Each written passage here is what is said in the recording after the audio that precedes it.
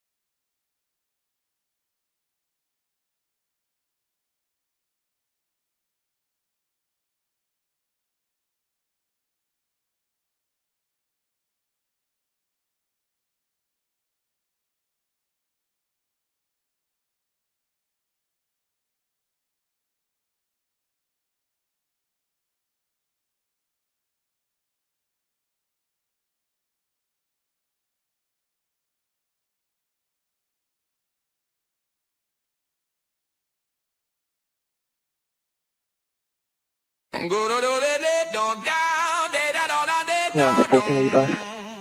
1480 bus. Yeah, I can never come to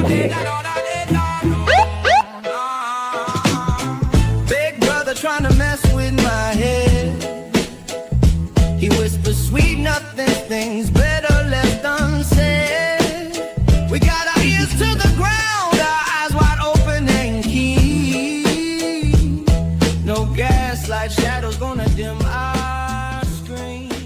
You're watching Sleuth Intuition Live, hosted by Patrick Vallejos. He is here with the Sleuth crew.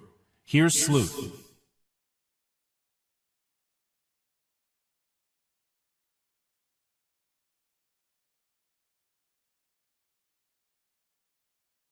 Got to do the obligatory paper smack on the desk.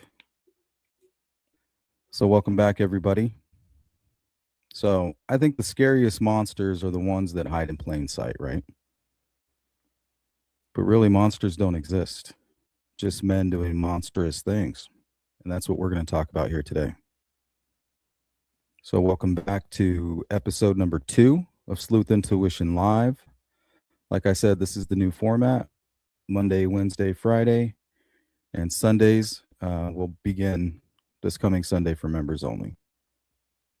We'll hit you with the news story, true crime news, case highlight, and then if possible, we're going to have a guest. So when we can, we'll invite people on if it's relevant, if we're already kind of in touch with people who are familiar with certain cases that we might be touching on. And then towards the end, we just open it up for call-ins. You can hit the link, join an open panel. For that, it's open discussion. We can talk about anything, any case that you want. So today's case highlight is the baby Lisa Irwin case. I don't know if you guys are familiar with that. We've covered this case a few times. We'll do a deep dive. We'll cover as much content as we can within the 2-hour time frame. And we'll talk about it. But like I said, open discussion. We can talk about anything. You can call in and ask about the Flora fires. You can call in and talk about Delphi. You can talk about Evansdale.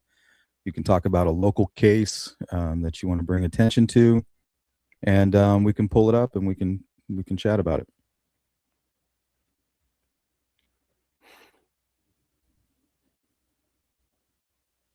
Good to see you, Eli Jari. Anthony France, happy holidays. Merry Christmas to you.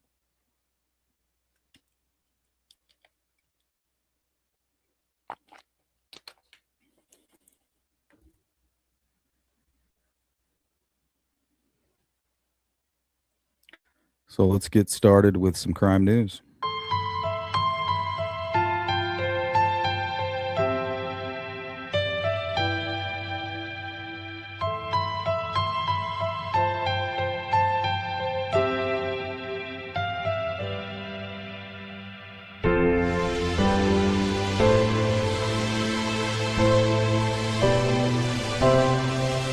breaking crime news.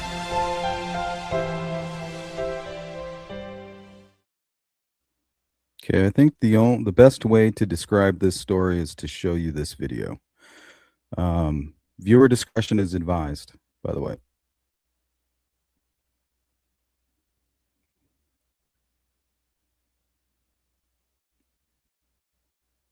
Okay, so what you're about to see here involves somebody by the name of Joe Martinez, who was 53, president of the Vagos Motorcycle Club, the Phoenix chapter. He was involved in the altercation and was struck and killed by a vehicle during the incident. So Job there, who is the basically the head of the Vagos Phoenix chapter, just committed a homicide in front of people that were parked at this red light. They witnessed him shoot this man dead after getting into an altercation. It was a physical fight. But the person that they shot dead had what was referred to as a support vehicle nearby, not too far. They kind of fled the scene during the altercation. I think some of the men that were assaulting him on the bike or assaulting the shooter here jumped back in the vehicle, took off. They double backed, came back and ran this man over. So he committed a murder. The man that he killed, his friends circled back, double backed, and ran him over in the middle of the street. It has been blurred out just so that it's viewer safe here on YouTube. But I mean, it's still disturbing. And this is something that happened very recently, and it highlights the ongoing violence between these organizations. This is something that happens in Arizona often, from Apache Junction all the way to West Phoenix, to Glendale, with these biker gangs.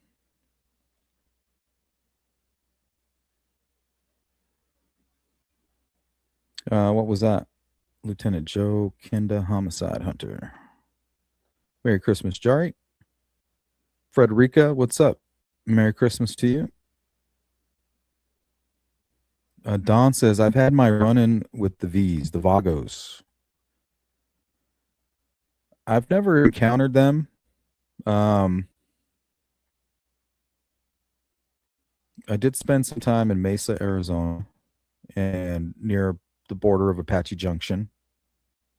And there was a lot of Hells Angels there, and Mongols from time to time, Os Dutchmen. And yeah, we saw violence all the time. It would be completely peaceful, and then like 1 out of 10 nights, boom, there was a bar stool being broken over somebody's head, and patches being ripped off people's jackets and stuff. It was crazy. And that's what happened here. The man that you see in the middle of the screen was attacked, killed this man on the motorcycle. His two friends took off. While they bailed, he ripped off the patch from his jacket, and I believe he has it in his hand. One of my bros was killed at Lake of Ozark shootout between my guys and them. Wow. That's crazy. Yeah, this is shocking. The way he just walks away after having just killed this man, it's like, I told you, like, I taught him a lesson. He doesn't run. He doesn't hesitate. He doesn't check on him. Like, he doesn't show any mercy whatsoever. But either way, viewer discretion is advised. And apparently this was like an ongoing feud. And they had planned to confront, I think it was the Vagos in Surprise, Arizona at some point later in the evening. But instead, on the way to this bar, bumped into him at this red light here. They were spotted. And that's when it all happened.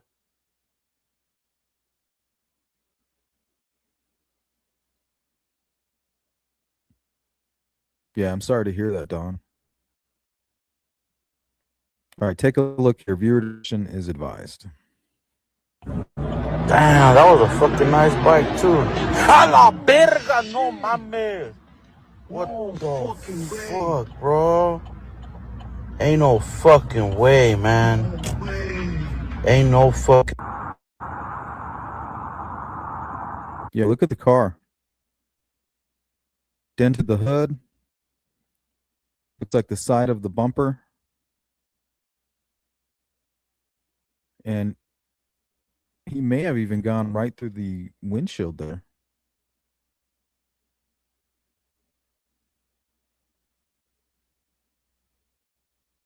Holy shit, Don. Oh.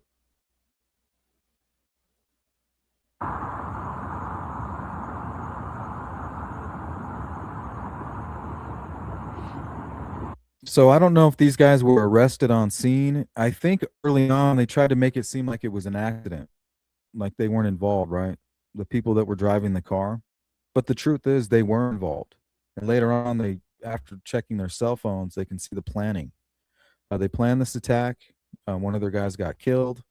They may have even used him as bait or something. I'm not sure. A lot of unknowns with this case.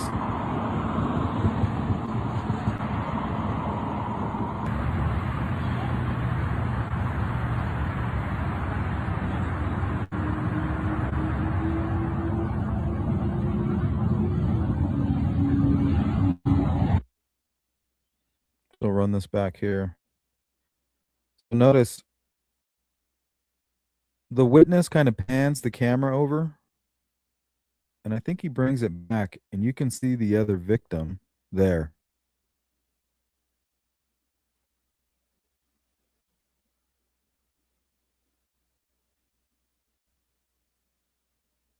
Now, he was taken to the hospital where he later died from his wounds.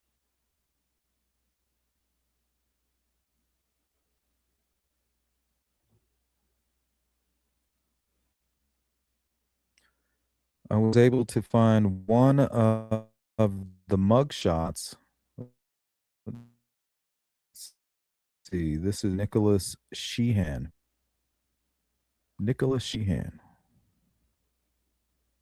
See, so Joe Martinez, 53, president of the Vagos Motorcycle Club, Phoenix chapter. He was involved in the altercation, was struck and killed by a vehicle during the incident. Scott Kikes, 36, member of the Rock Machine Motorcycle Club. He was shot during the fight and died later in the hospital. So he was the one that's laying on the ground.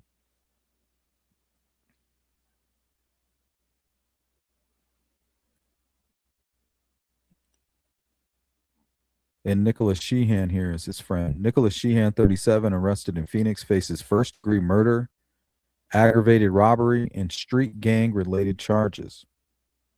Police say he was part of the Rock Machine group involved in the confrontation with the Vagos members. Michael Shane Zavala, 50, arrested out of state. I couldn't find any of these mugshots, and I think that's why. It looks like Michael tried to flee. Michael Shane Zavala, 50, arrested out of state and awaiting extradition, alleged to have been with Sheehan during the incident. So it must have been those two in the vehicle.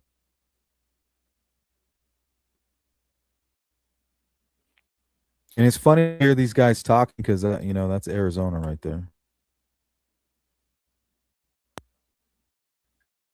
That was a fucking nice too. A la verga, no mames.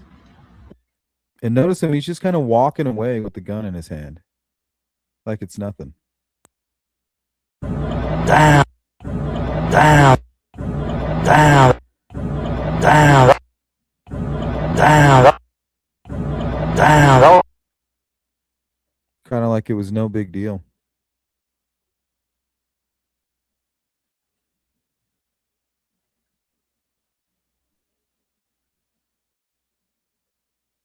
Nicholas Sheehan. Yeah, these guys are in a lot of trouble.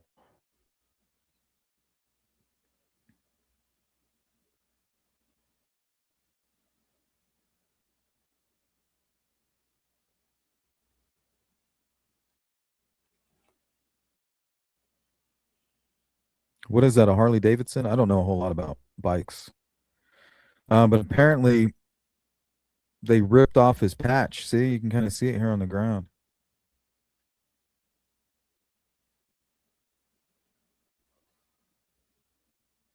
ripped off his patch, beat him up.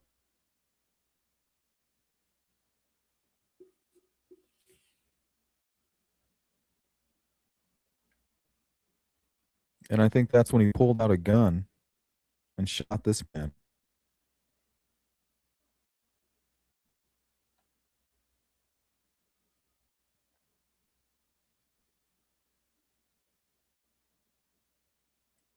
And apparently they had what was referred to as a support vehicle. So here's the highway, Interstate 17, 7th Street. It's a pretty busy area right here.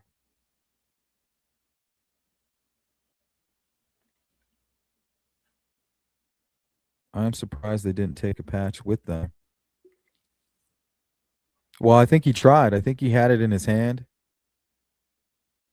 So I think they took his patch. He killed one of them, took his patch, and then then they ran him over. He dropped the patch and went flying, or went through the windshield, one of the two. But they were right here at this red light. And I think they blocked him in. So I think they were tracking him. They were planning on catching them at a bar and surprise. I don't know which bar. They said a sports bar. So it might be like a local dive that the bikers are hanging out at. But for weeks, up to months, they've been planning this altercation. Right? They're going to take his patch. I mean, imagine, that must be embarrassing. Somebody comes up and takes your patch right off you after kicking your ass. And these dudes are all pretty big. Like, here, let's see. I think I found an image of one of them on Facebook. But he's like this crazy power lifter.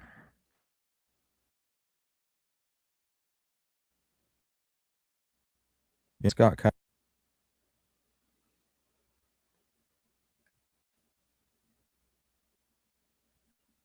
So Scott Kikes, 36, member of the Rock Machine Motorcycle Club. He was shot during the fight and died later at the hospital. So this is the man that was shot.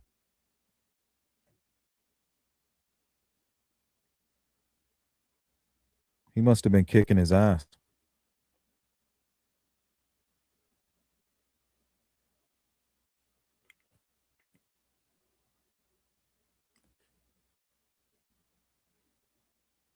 So it was this guy and then Nicholas Sheehan driving the car. But I think at one point they were all out of the vehicle beating up the gunman. There was also 2 or 3 that don't fly colors that are incognito until crap goes down. Yeah, apparently those are the people that were in the vehicle here.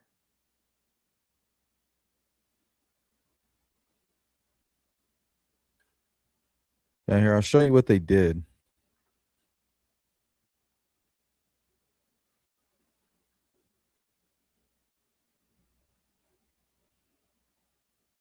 So the motorcycle was kind of laid on the ground right here.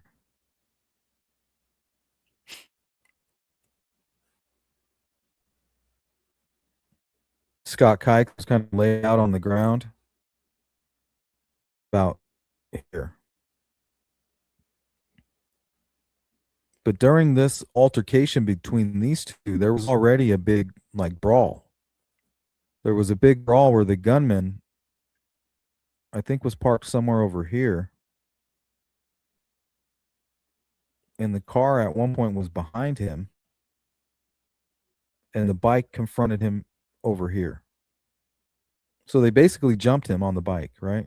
One guy on a motorcycle and 2 other guys in a car. And they rip off his patch, I believe.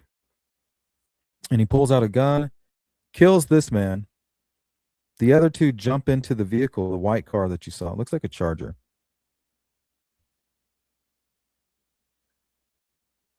And they left in this direction here.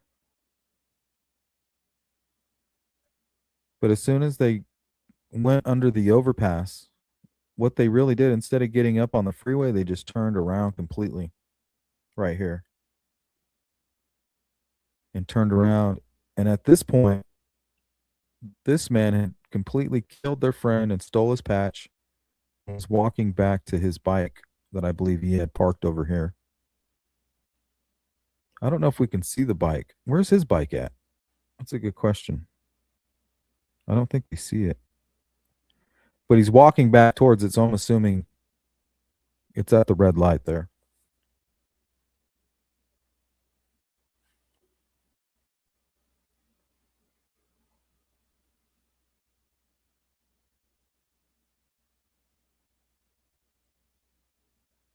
Yeah, I'm wondering if his bike was maybe parked right here.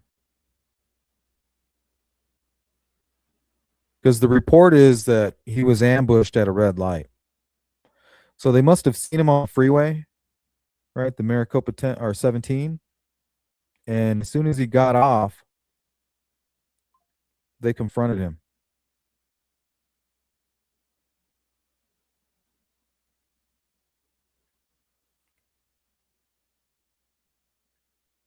But how crazy is that?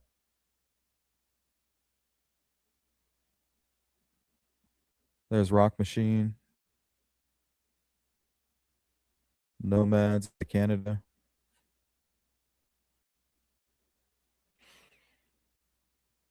Let's see. Who are these guys?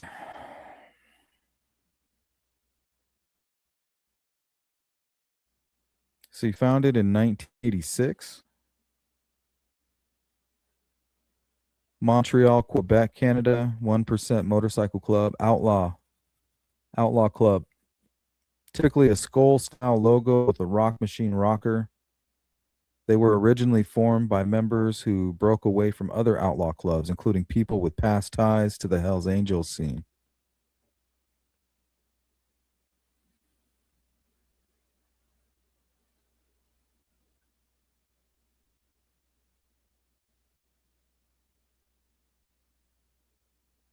Rock Machine has long been labeled by law enforcement as a criminal motorcycle organization linked over the years to drug trafficking, weapons offenses, extortion, violent crime tied to biker turf wars.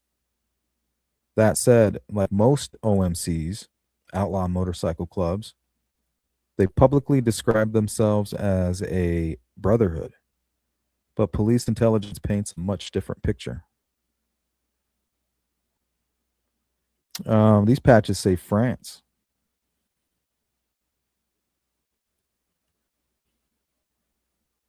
'81 Support Club.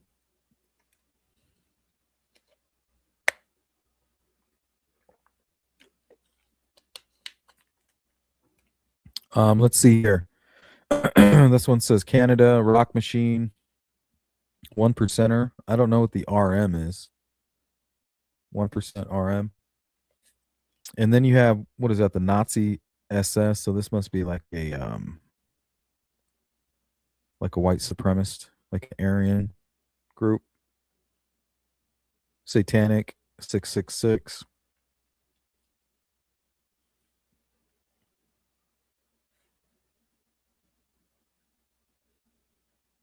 The Quebec Biker War. Rock Machine is most infamous for its role in the Quebec Biker War of 1994 through 2002. They were the primary rivals of the Hells Angels. The war led to 160 plus deaths, including bombings and public assassinations.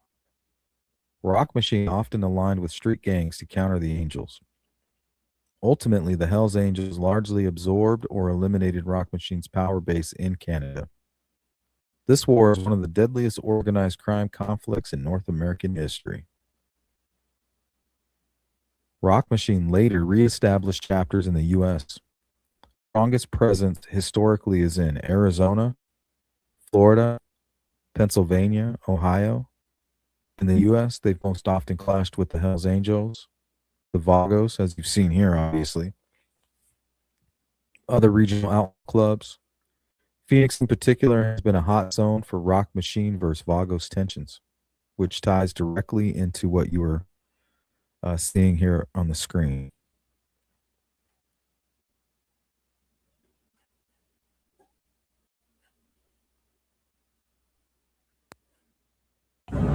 Damn, that was a fucking nice bike too. A la verga, no mames. Crazy. What the fuck, bro? So before this guy started filming, these guys were all involved in the altercation. What's up, CJK?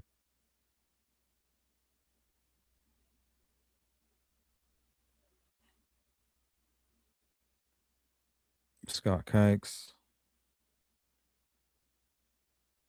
Here's a snap I took from Google Street View during the daytime. So I think the victim or the shooter who was then became victim number 2, I think was parked right here. I think he was parked right here. And then I think the vehicle may have pulled up next to him here.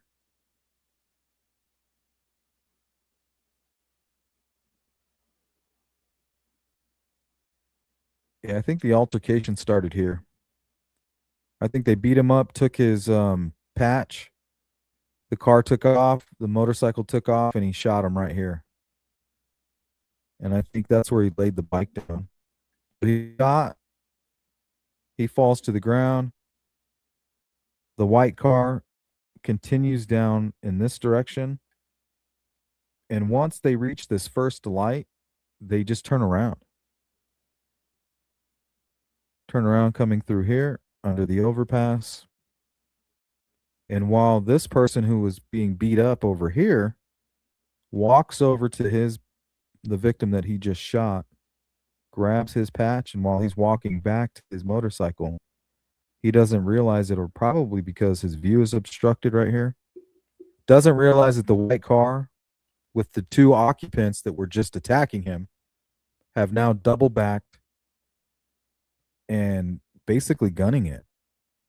I mean, they're going so fast, he has no chance. There's no way you're going to survive that.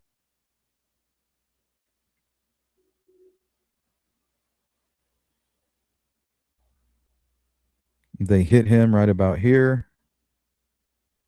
And somewhere down the road, I don't know if the vehicle was abandoned, but early reports were that the occupants of that car, it was an accident, right? They were just driving, and then boom, somebody who committed a murder wasn't paying attention, right? Standing in the middle of the road, was hit. But later it was determined that not only did they run him over on purpose, but they also beat him up earlier. And months and weeks prior, they were planning the altercation. So yeah, they're going to get in big trouble.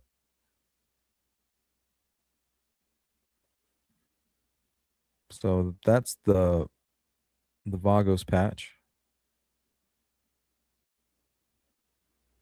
Welcome. Good to see you.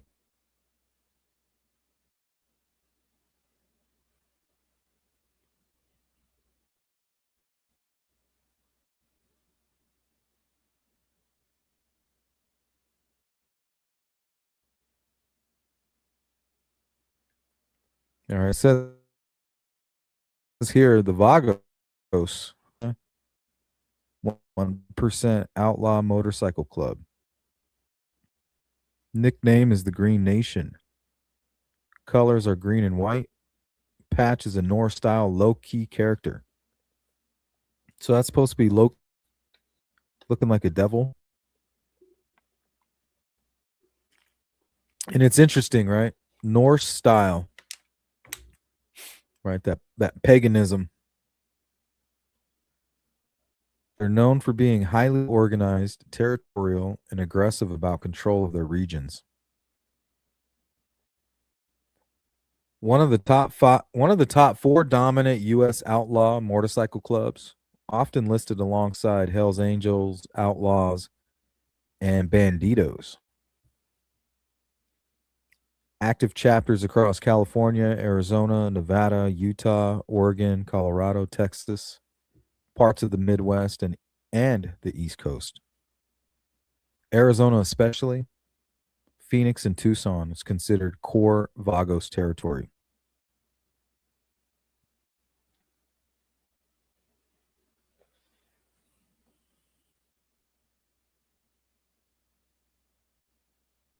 I found this photograph on Google.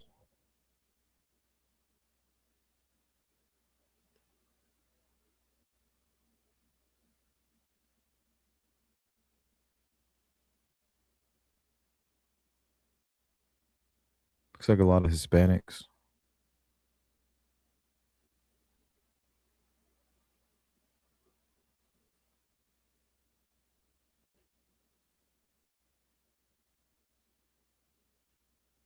What's up, Exotic? Banditos, Texas, been around since the 60s, but they're famous most recently for the shootout with other bike club members and law enforcement at Twin Peaks restaurant in Waco, Texas. Dang, what happened there?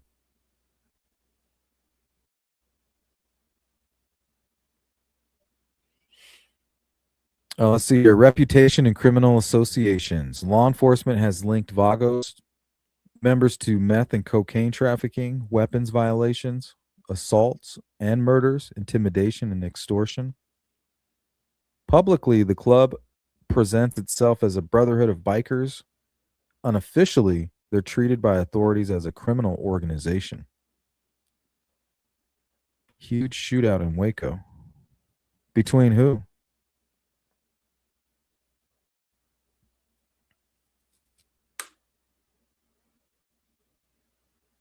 All right, let's see. Their major rivals are the Hells Angels. Long-standing violent rivalry.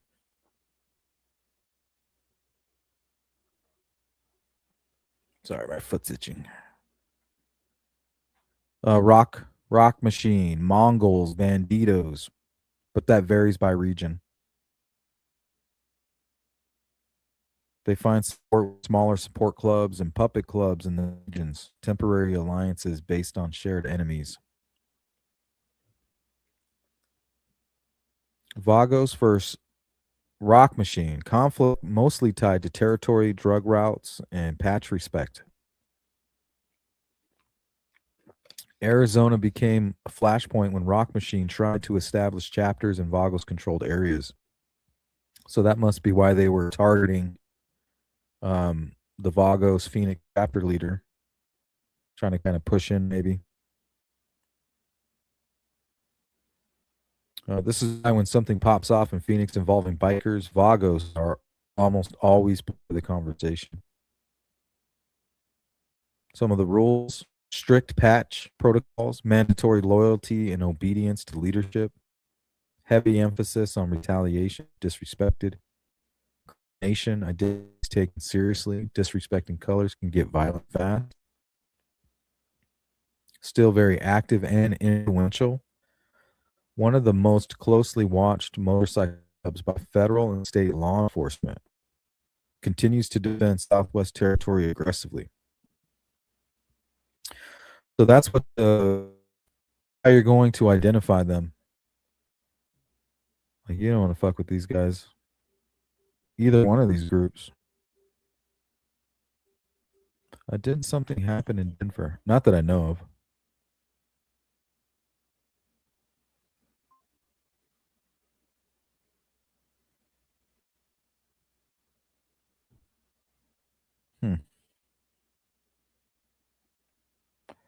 Here's a jacket. I don't know what the 13's all about.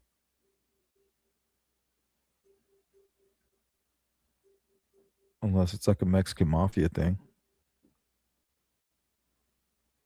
22. I don't know if that might be the support group.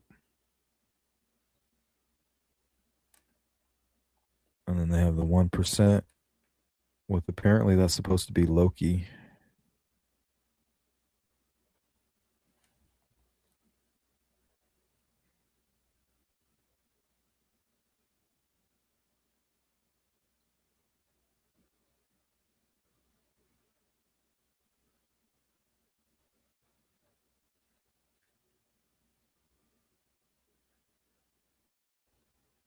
So yeah, that's pretty much all I had on that.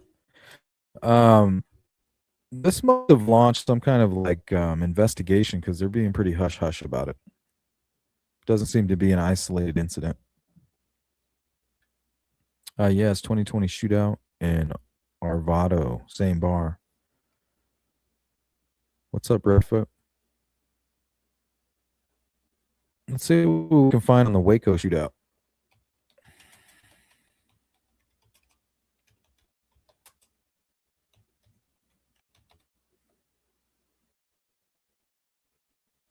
Let's see, the Waco biker shootout in rival motorcycle gangs, primarily the Banditos and the Cossacks. See, I've heard of the Banditos, but I haven't heard of the Cossacks. At a Twin Peaks restaurant in Waco, Texas on May 17th, 2015. Dang, resulting in 9 deaths, 20 injuries, and over 170 arrests after I think I do remember this now. Incident led to mass indictments for organized crime. Yeah, they must be doing the same thing over this incident.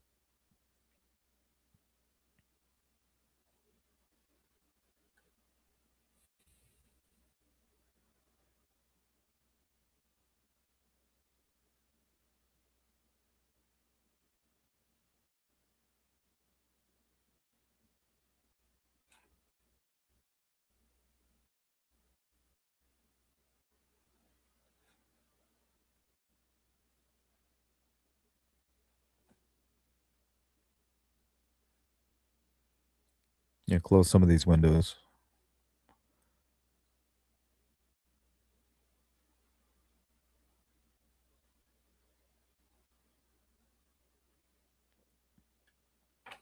It is a violent showdown. In newly obtained footage by CNN, video shows the moment that led to the bloody shootout between rival biker gangs in Waco, Texas last. It's like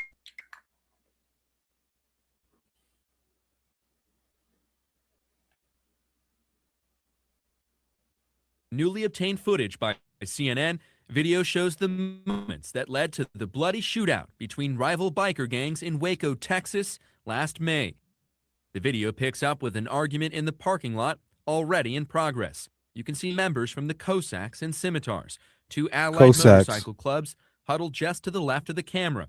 Just off camera, bikers from the Banditos and Cossacks, 2 arch rivals, argue after one is nearly hit by a motorcycle, according to witnesses. In police interviews, the rivals point the finger at each other as to who started the fight. And then, they're all cold. hey, you don't have to hear the gunshots to feel the intensity erupt outside the Twin Peaks restaurant. Some bikers duck for cover. In the back, you can see others run from the slaughter. In perhaps the most graphic portion of the surveillance tape, a man in a red bandana sneaks up on another biker and appears to strike him in the throat. Damn. The 2 wrestle on the ground before a third biker joins in.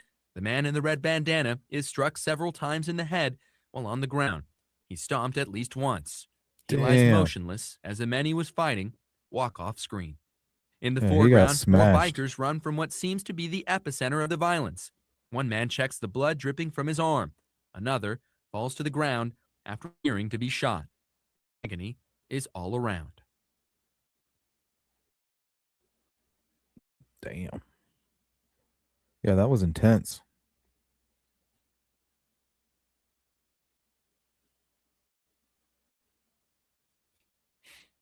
What's going on with the... Good to see you, Redfoot. Twin Peaks and Arvada, Colorado, 2020.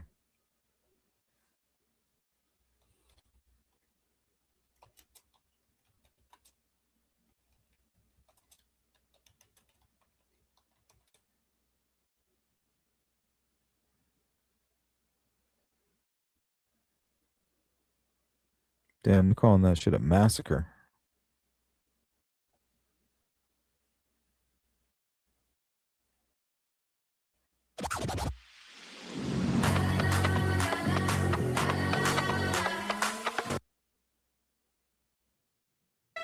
I will tell you that in 34 years of law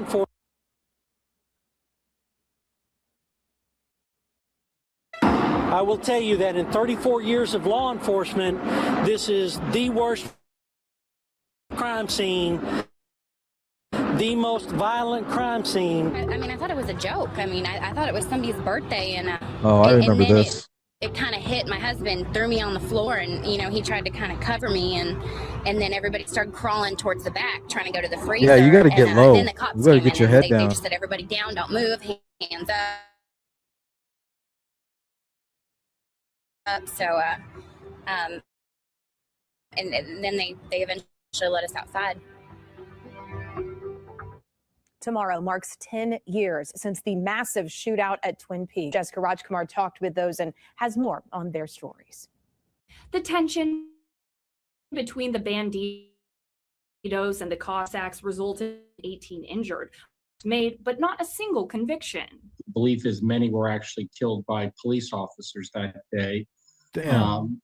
And it resulted in the district attorney at the time, Abel Reyna, ordering the arrest of almost all the bikers that were present that day. Dallas Attorney Clint Broden represented 3 individuals involved in the incident during criminal proceedings and says that even all these years later, people need to remember there are still people who haven't seen justice. And because this case was so mishandled, not only were there all these How do you handle a case like that? violations of the innocent motorcyclists, but those who were guilty, motorcyclists, police officers, they were never able to be brought to justice. Fort Worth resident Mark Smith lost his 27-year-old son, Matthew Smith, who was associated with the supporting group of the Cossacks in the shooting. Support club. Was a part of it. When there was something that he was interested in, he dove into it wholeheartedly. Smith says that in 10 years, he thinks about his son every day. Well, I've always heard that men heal wounds. They don't heal. I think God just makes you stronger to get through them. Yeah, it's got to be tough. All right, guys, that is the news story for today. Let's go ahead and jump on over to our case highlight.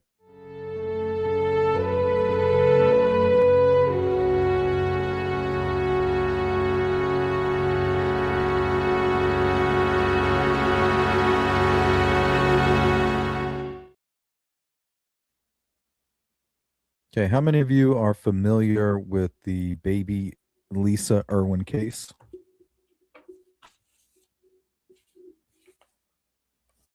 I mean, it's somewhat a high-profile case.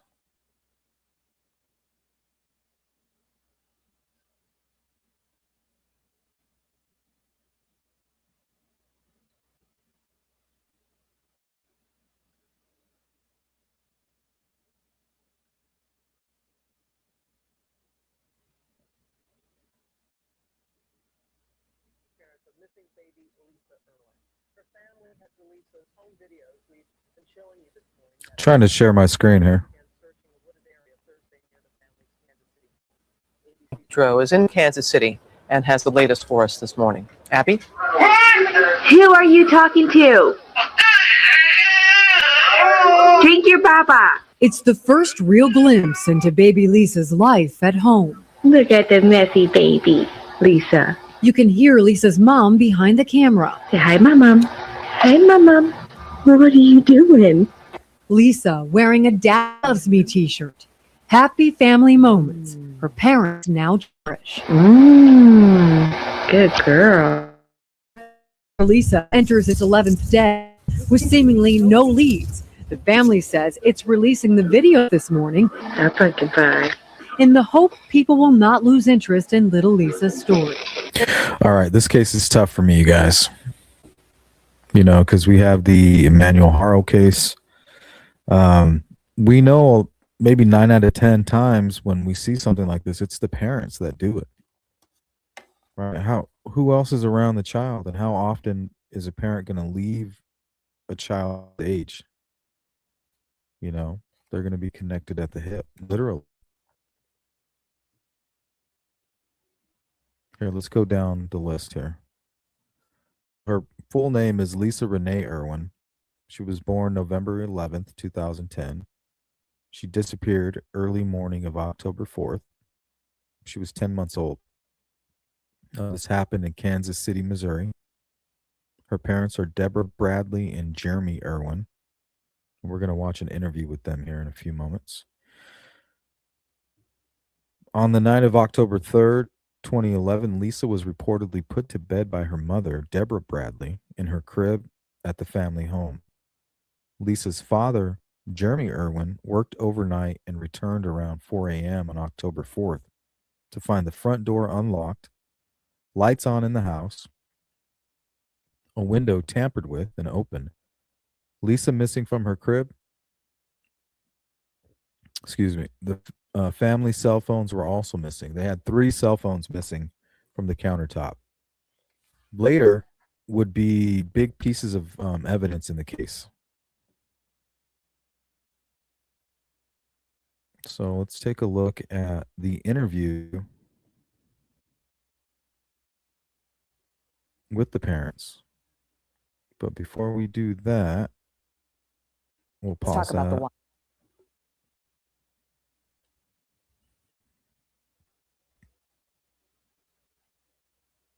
Let's take a look at a little map that I put together for you guys.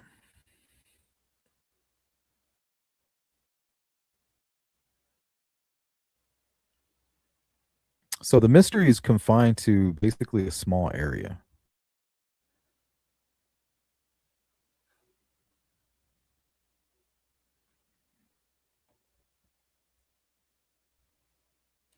All right, Lisa is put to bed in this home. Lisa's father goes to work, works the midnight shift.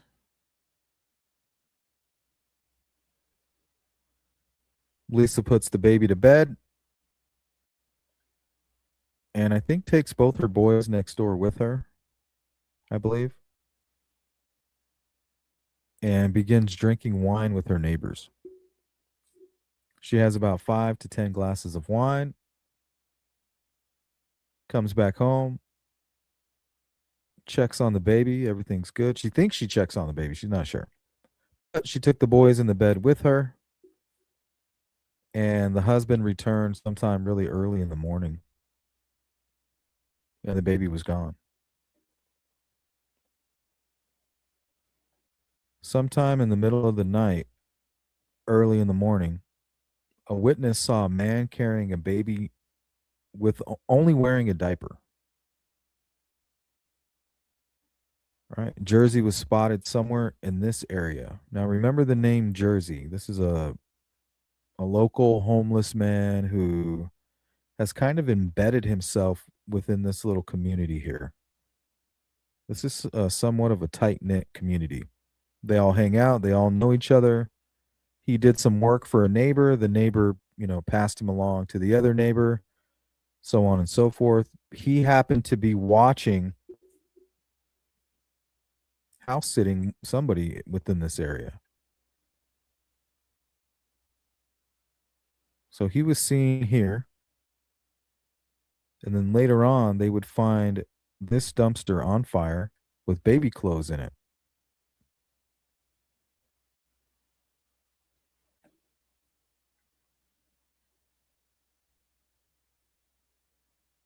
So you can kind of see the trail, right? Leads right to this guy, Jersey. He's basically, for me, the number one person of interest, this guy. Because he's tied to the phones that were taken. His girlfriend is tied to the phones. And apparently his girlfriend wanted to have a baby. She's telling law enforcement, like, no, I dumped him. He was acting crazy. He was going back to his criminal lifestyle. I didn't want that, so I broke up with him. That could be a lie, right? Monsters hide in plain sight. But there's no such thing as monsters. It's just people that do monstrous things. So if this guy, Jersey, is aware that baby Lisa's mom is drunk, right? Like, hey, who's all over here? Oh, it's me, such and such. And then mom, right? Mom, she looks pretty smashed. Like, where's dad? Oh, he's at work, baby's asleep, and we got the kids back here with us, with our kids. If his girlfriend wants a baby, he might get it in his mind, well, I'll take this baby.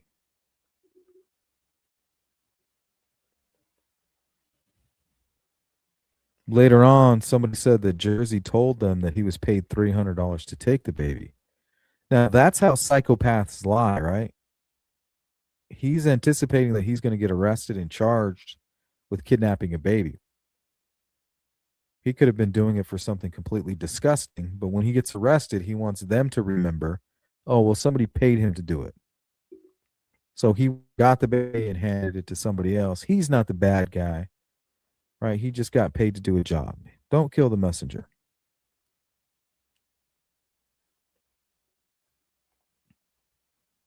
So later, and we're going to watch the CCTV footage, you can kind of see a man kind of walking by. I think it's like right here. I think he's walking in this area.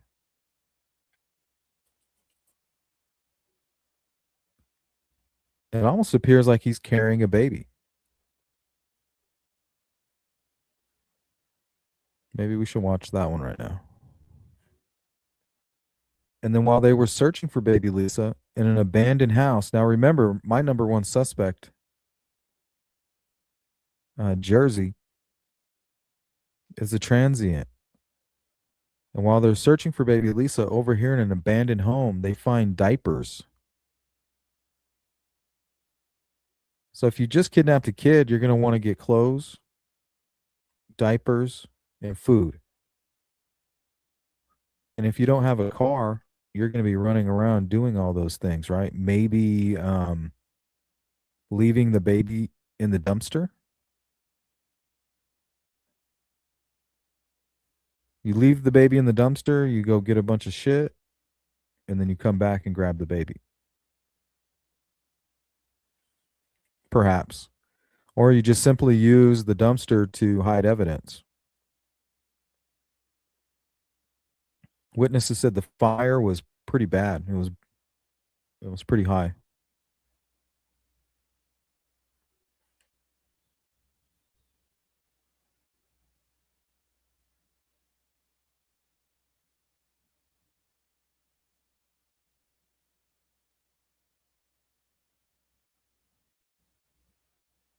Exclusive interview for you tonight. Bill Stanton, the private investigator for baby Lisa, the family searching for baby Lisa. He says his real client is the truth. So, Bill Stanton, what do you think about this mystery man? Could this mystery man be the key to solving this case? Well, the key to yet to be determined. I think it is compelling. I think the simple fact that you have three separate witnesses all saying something to the effect of they saw someone carrying a child that wasn't wrapped up in a blanket, that wasn't necessarily wrapped up in baby clothes, is compelling. These three witnesses did. All right, let's pull that map back up if we have it. Here we go. So here you can kind of see there's like a trail here. Lisa's home, the kidnapping. Witness sees somebody carrying a baby. Jersey, where he was spotted. Going up a hill. So a man was spotted matching Jersey's description going in this direction. After that, there's a dumpster fire here within these little townhomes. And then we have that video that we just played over here in this area. So this is most likely where he acquired the diapers. Right? You go hide the baby in the bushes, and then you go into the gas station or in one of these businesses and just steal them.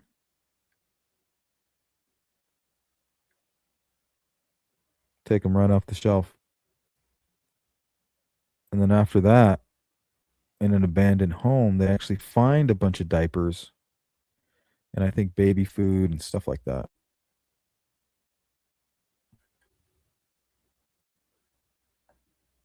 So I know what you guys are thinking. It was the mom. She did it. She's drinking. Well, here's an interview. I think this is with Megyn Kelly. Interviews both parents.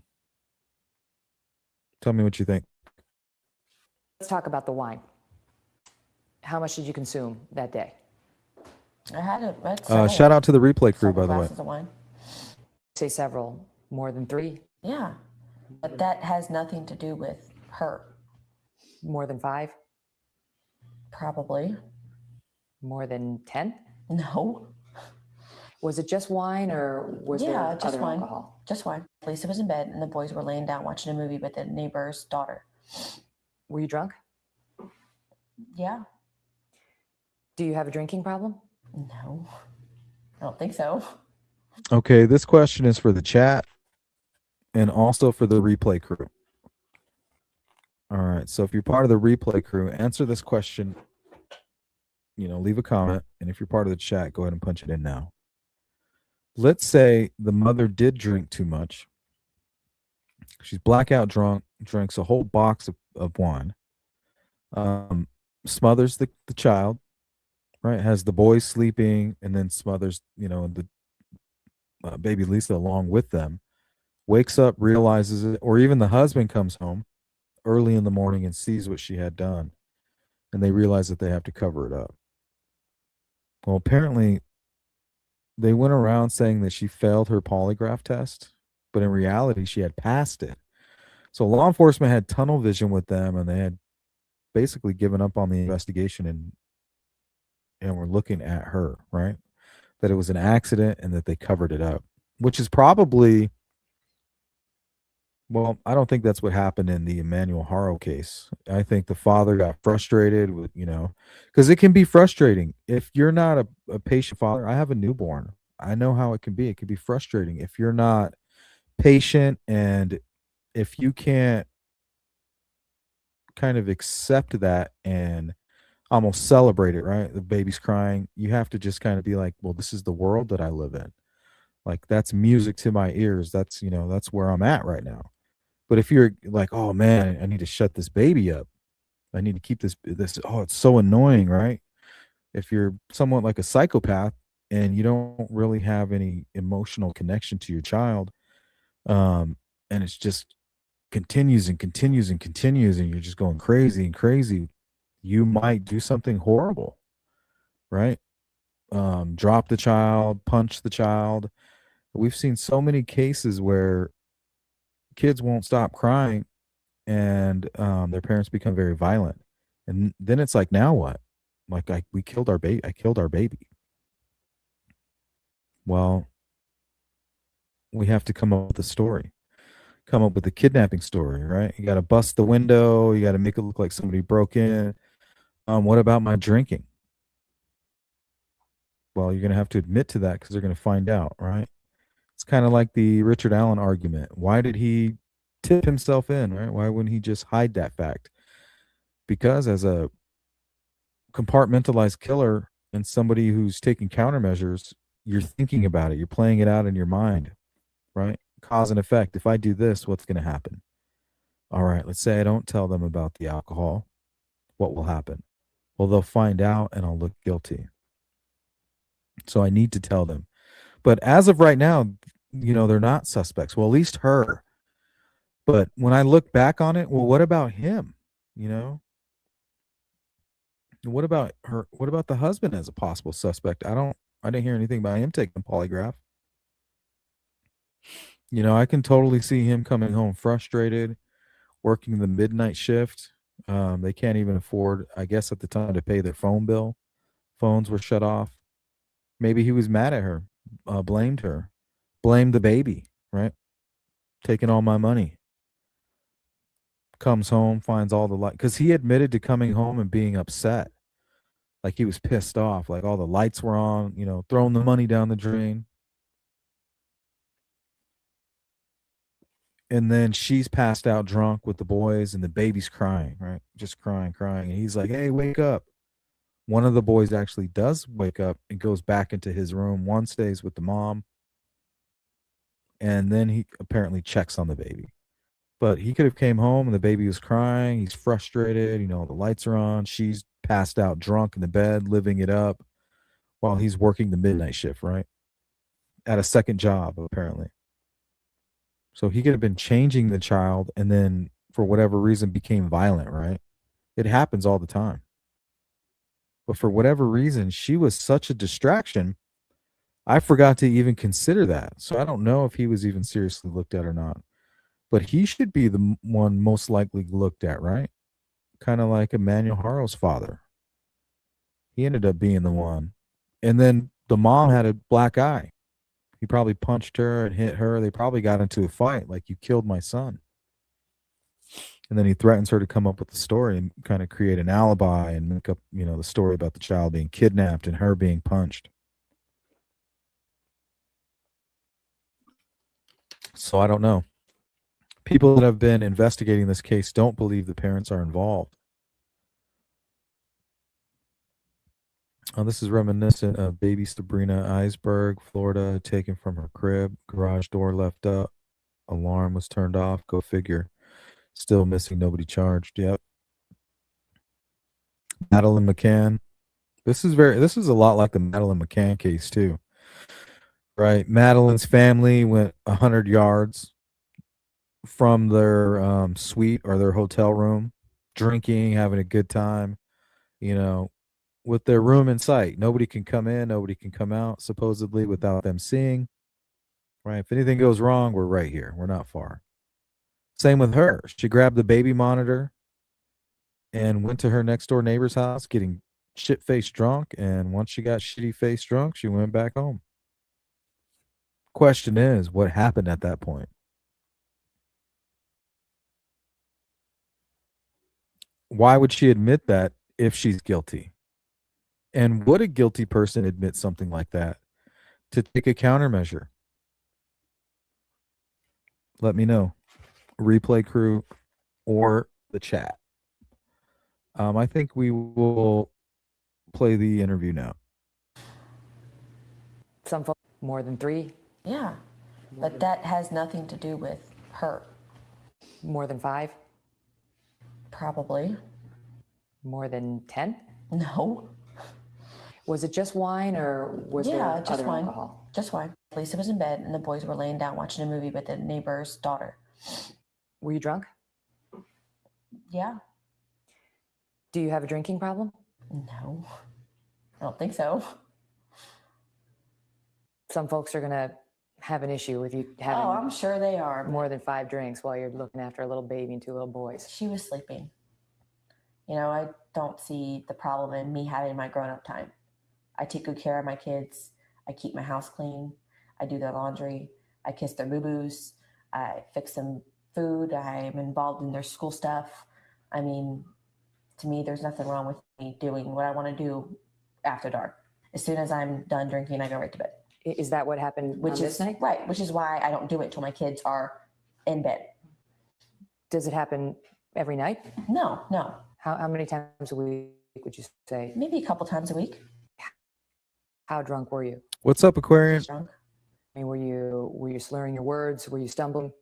I don't think so, no. Is it possible you had a blackout? It's a possibility. I mean, just like anybody else, when you drink, you don't remember the things that happen and stuff like that. But yeah, it's a possibility, but it once again has nothing to do with my daughter.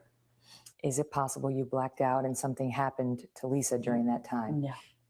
Why? I go to Okay, what if the drinking was just so bad that it became such a distraction? That could be awful too. sleep every single time, and everybody knows me every time I drink anything. Good to see you too. We've had get-togethers with family over the house, and everybody will be drinking and hanging out, playing pool and stuff. And I will, once I've had enough to drink, I just once I'm all fucked I up, go right upstairs and go right to bed. I don't even say bye to people. Not only does Deborah Bradley Merry admit Christmas. that she was drunk on the night in question, she also told America. All right. Let's see. There's another video I wanted to show you guys where they talk about my suspect here. Oh, here it is, neighbor, one of the witnesses. An exclusive interview tonight with Mary Hurt. She is a neighbor of Lisa's family.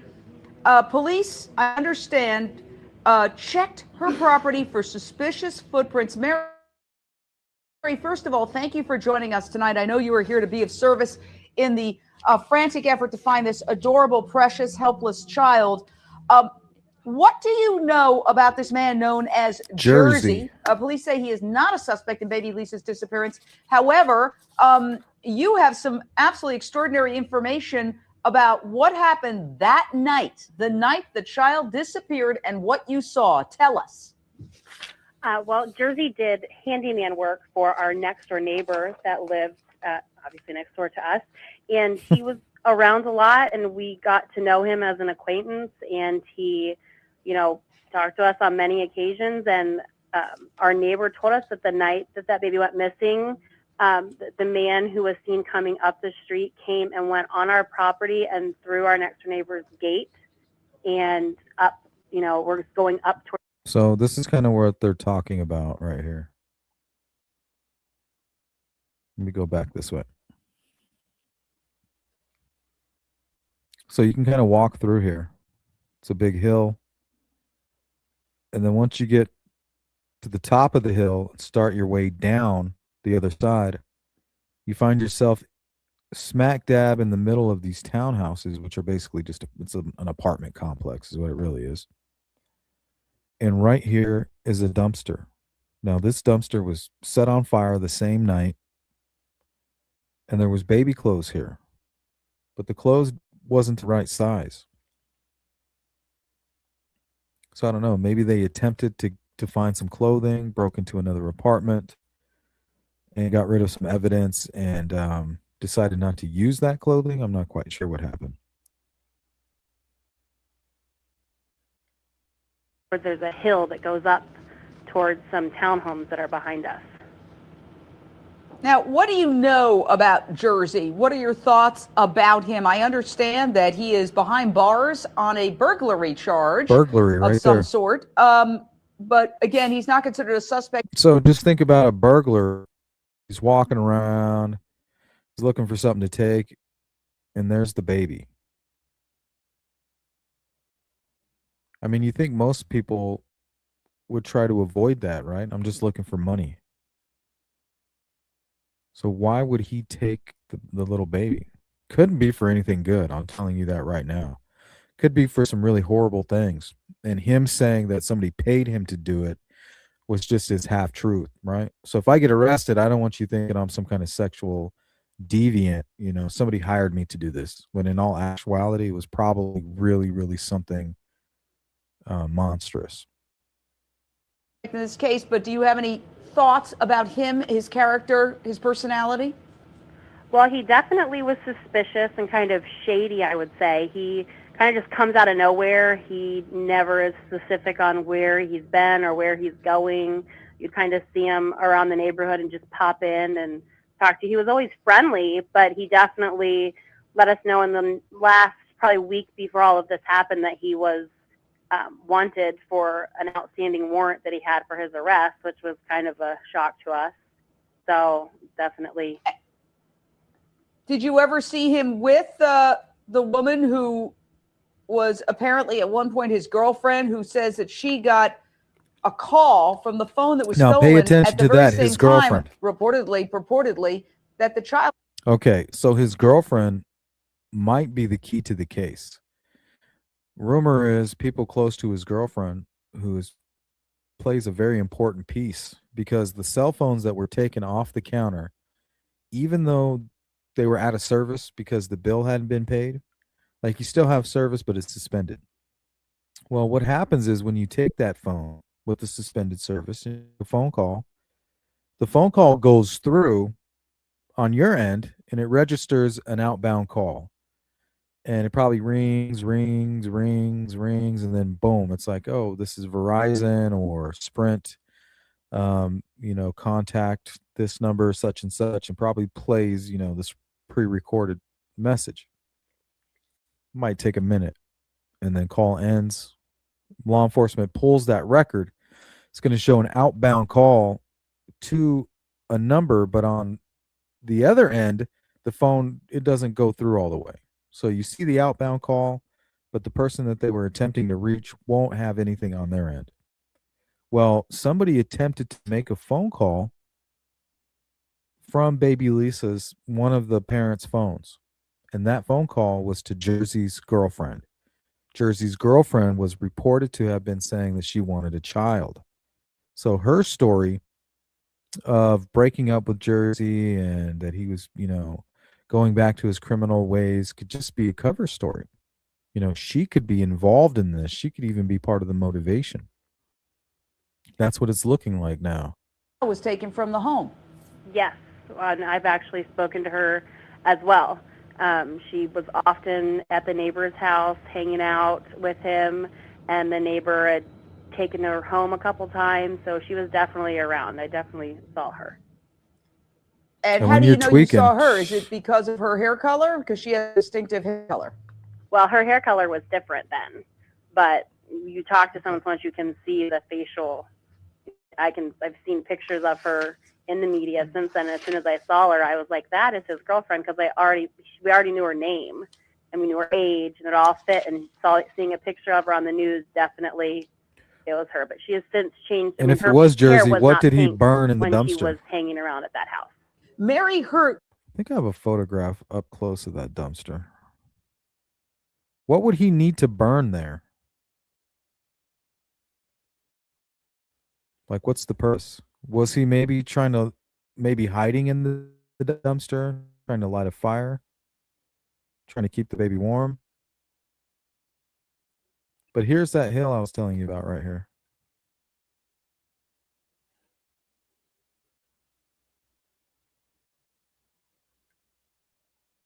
So the person on the phone right now with this reporter is talking about a witness, I think right here across the street, said somebody matching Jersey's description opened the gate and then went up over the hill. Later on, in this dumpster, the 911 call, the witness is reporting flames coming out from the top, pretty high. So what is he burning?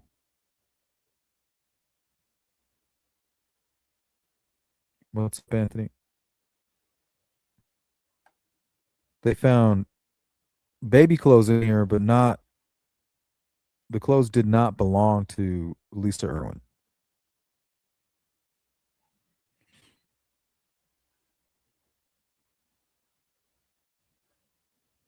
You are the neighbor of this missing child's family, and you said you had sort of an eye line or right next to the home where this Jersey character, a homeless man who did yard work, was doing yard work possibly that night for a family that was on vacation.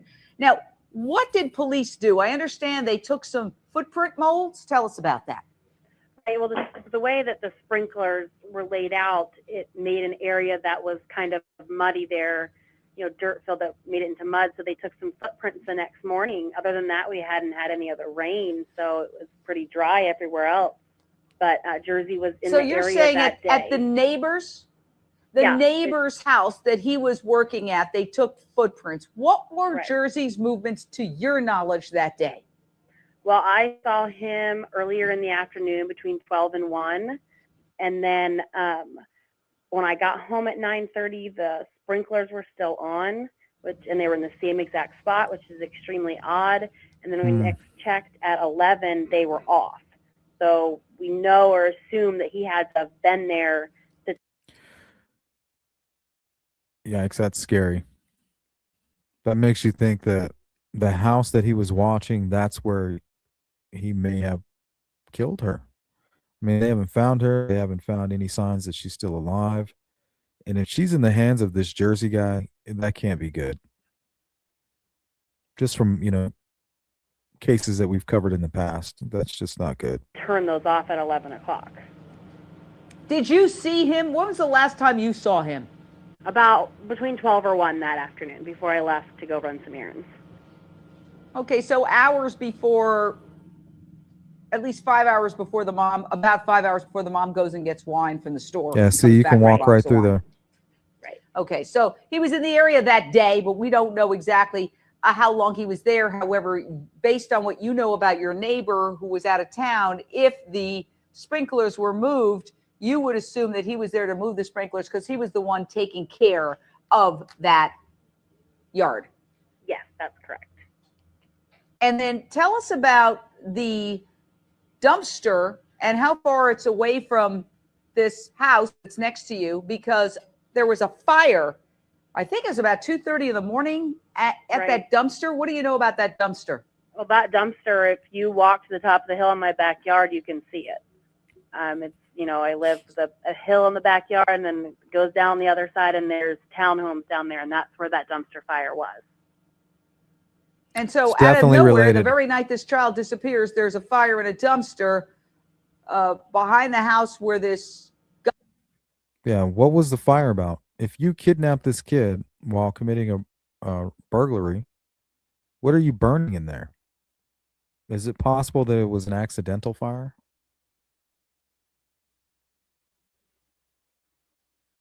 That Haley Cummins case is interesting. She knows what happened, but won't never tell because it would incriminate her. Yep, a lot of cases remain unsolved because, people are involved and they don't want to say anything.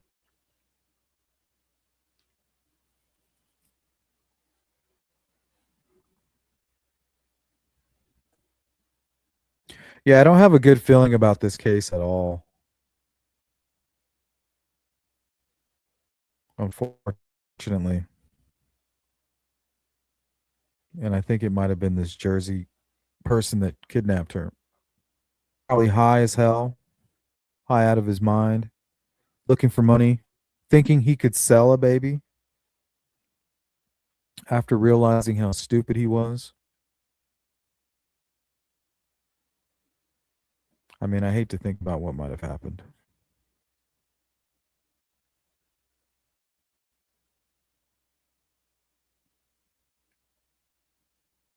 I mean, it's definitely not good.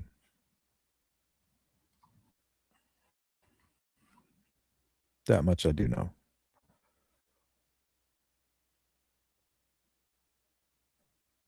I think these are from inside the home. It's a master bedroom. There's her crib.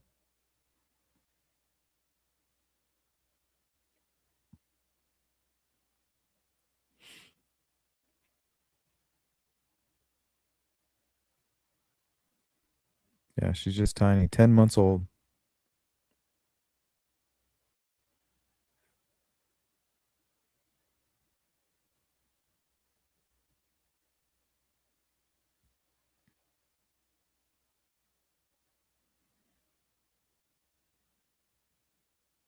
Age progression on the right.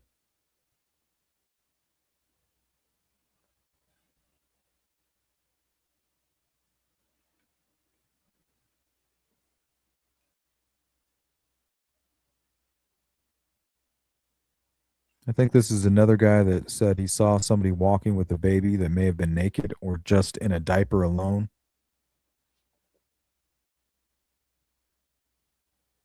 Said it kind of stood out to him. Here, let's take a closer look at this video. This is the video CCTV footage, and I've kind of zoomed in on it. What do you guys see? I think it's too blurry, honestly. So there's reports of a man carrying a baby right around this time. So they collected the CCTV footage and they believe they've captured it, but it's just too blurry.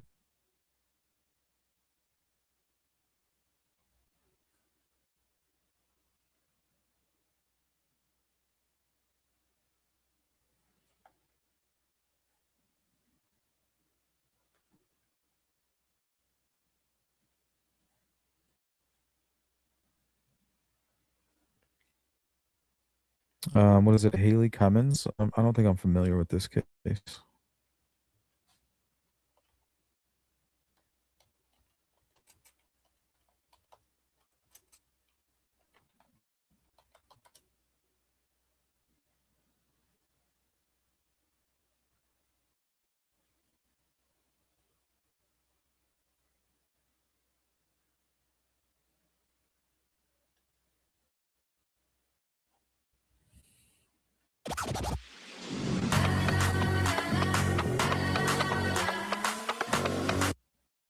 Operation Cold Case tonight. This is a case that's haunted the Putnam County community for 15 years. The unsolved disappearance of 5-year-old Haley Cummings.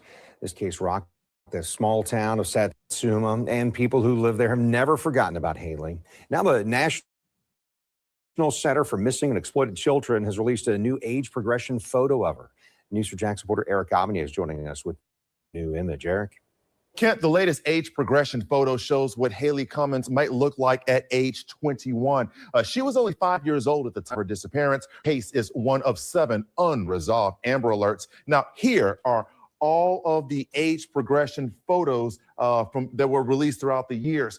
Since she disappeared in 2009, the Putnam County Sheriff's Office considers her case an unsolved homicide, but her body has never been found. Now, we're told investigators still receive tips from all over the nation. And you have to remember, back in 2009, crews searched waterways and wooded areas for Haley. She was last seen at her home in Satsuma. Her father's then girlfriend was supposed to be watching her at the time, but no one was ever arrested in her disappearance. Now, my colleague, News4Jax reporter Ariel Schiller, spoke with St. Johns County Sheriff Rob Hartwick about the case in July. She asked if there's a chance if Haley is still alive. I always have hope. Sometimes I hope she's in a better place, because I'd hate for her to be, sexual battered or tortured, or not knowing that she was a beautiful little girl. Yeah, or it just when people sucks were looking because for that's, her, and now she's there's a been good chance raised that in a did family happen. where she has no clue that the entire country was looking for her at one time. But I always give, look at some of these cases like the Smart case, and you know that people can actually survive and be brought home one day. And that's just one of many cases. So I always hope, that she comes home. Yeah, Alicia Stoppers Navarro of was Northeast Florida alive. has a $15,000 reward for tips that lead to an arrest in Haley's case. Yeah, the case of Alicia Navarro out of Phoenix was pretty high profile. Apparently, she was communicating with somebody on Discord, and one day she snuck out of the window and never returned home. And then a few weeks after her 18th birthday, she just showed up, crossing the Canadian border, saying, "Hey, I'm not dead. I'm not missing. I need you to get my paperwork straight," because I think she was getting ready to marry the man that lured her. And there were no charges pressed against this guy. He groomed and lured a girl. I think she might have been 13 or 14 at the time.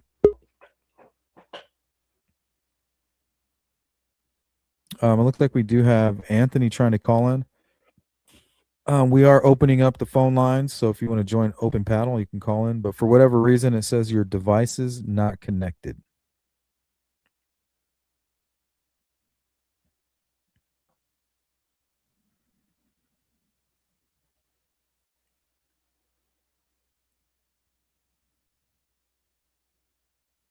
I was always suspicious of the cousin or brother of this.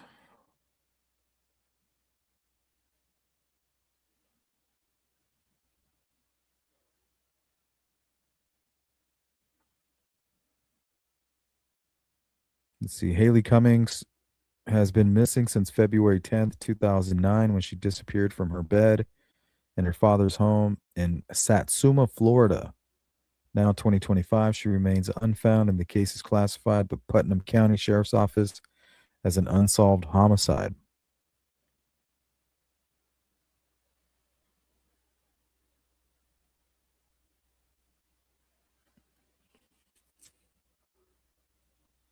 All right. So we'll probably hang out another 10, 15 minutes. If anybody wants to call in, there you go.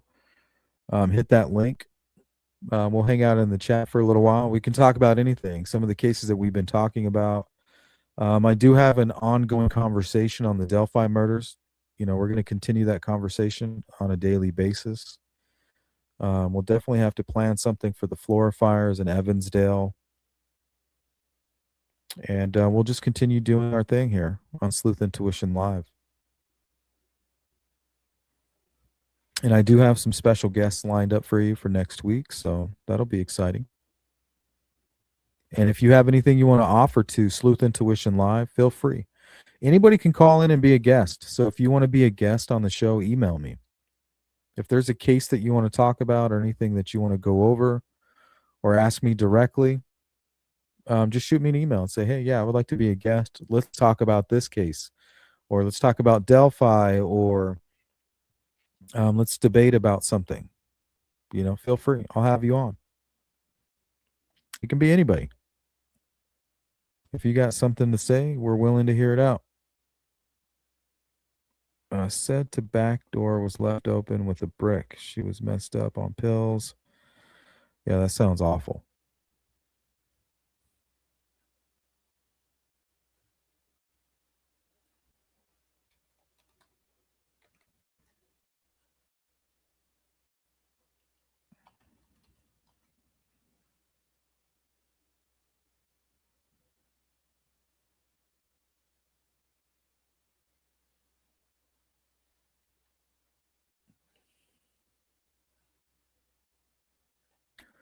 There was a case that reminds me of. Let me see if I still have that folder here on this flash drive.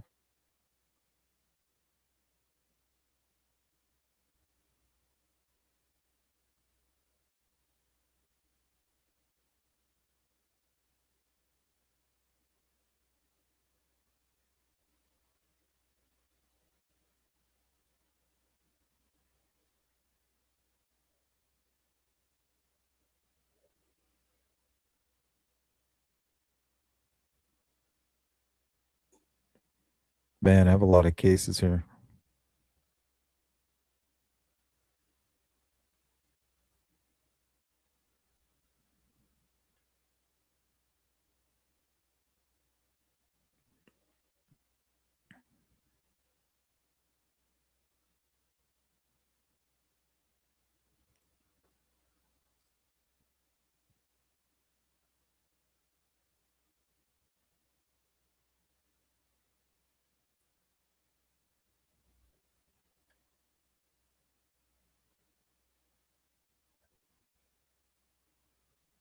You're welcome, Aquarium. It was good to see you. Yeah, this is the new format. You can catch us 8 to 10 Mountain Standard Time. We're going to do crime news, case highlight, guest, and then we're going to open up a discussion. So get used to it.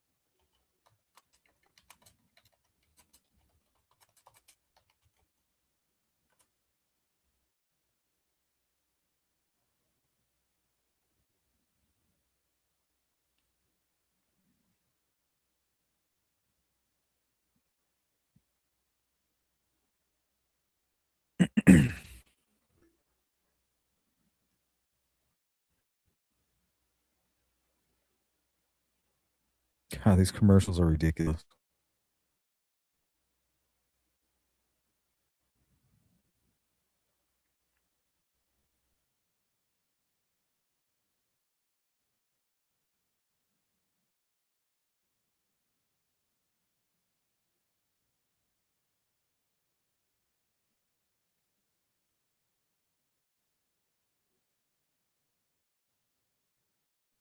The real question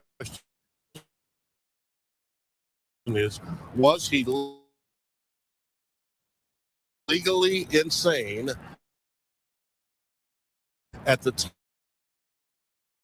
time of the crime?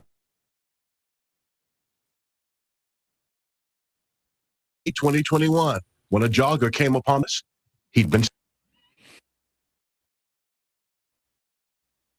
Yeah. So that kind of reminds me of that story.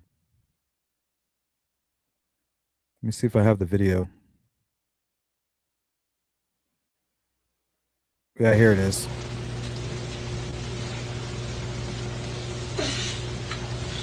So Cash actually, that's his older brother. I think he might be about 3 years old.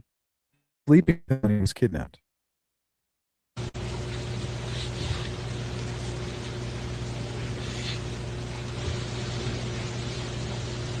Cash Gernon. And we'll probably highlight this case too. Look at this guy's in their house.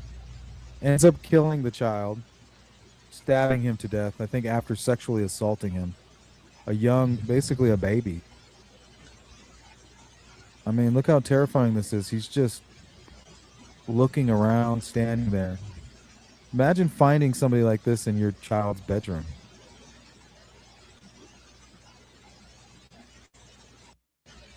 You need to allow access, Anthony.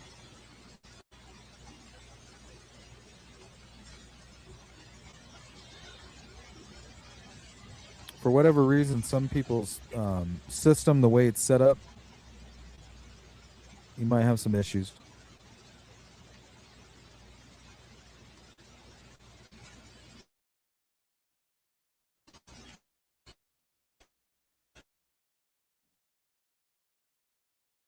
Best thing I've ever seen.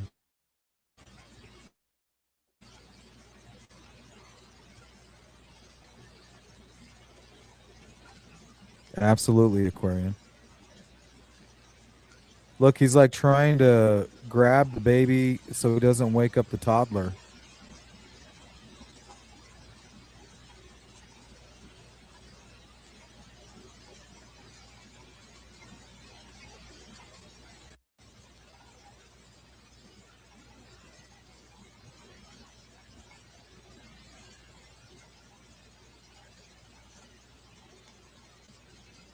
I think it might be in your pop-up blocker.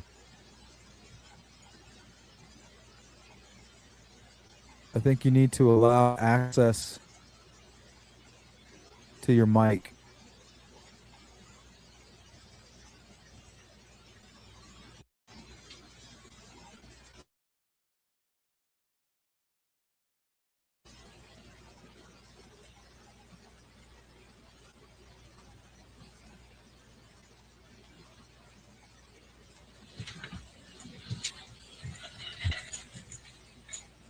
Holy shit. That's all I have to say about that. Don't worry about it, Anthony. We're going to wrap it up here. So if you guys are part of that replay crew, make sure you hit me up. I'd like to hear from you. If you guys want to email me, that's sleuthintuition@gmail.com. If there's a case you want to go over and you're interested to be a guest, email me and I'll tell you how you can do that. If you can hit the Cash App, good. If you can't, hit the like button. And the rest of you, I'm going to catch you on the next one. Peace out. I'm going to go grab me some tacos later.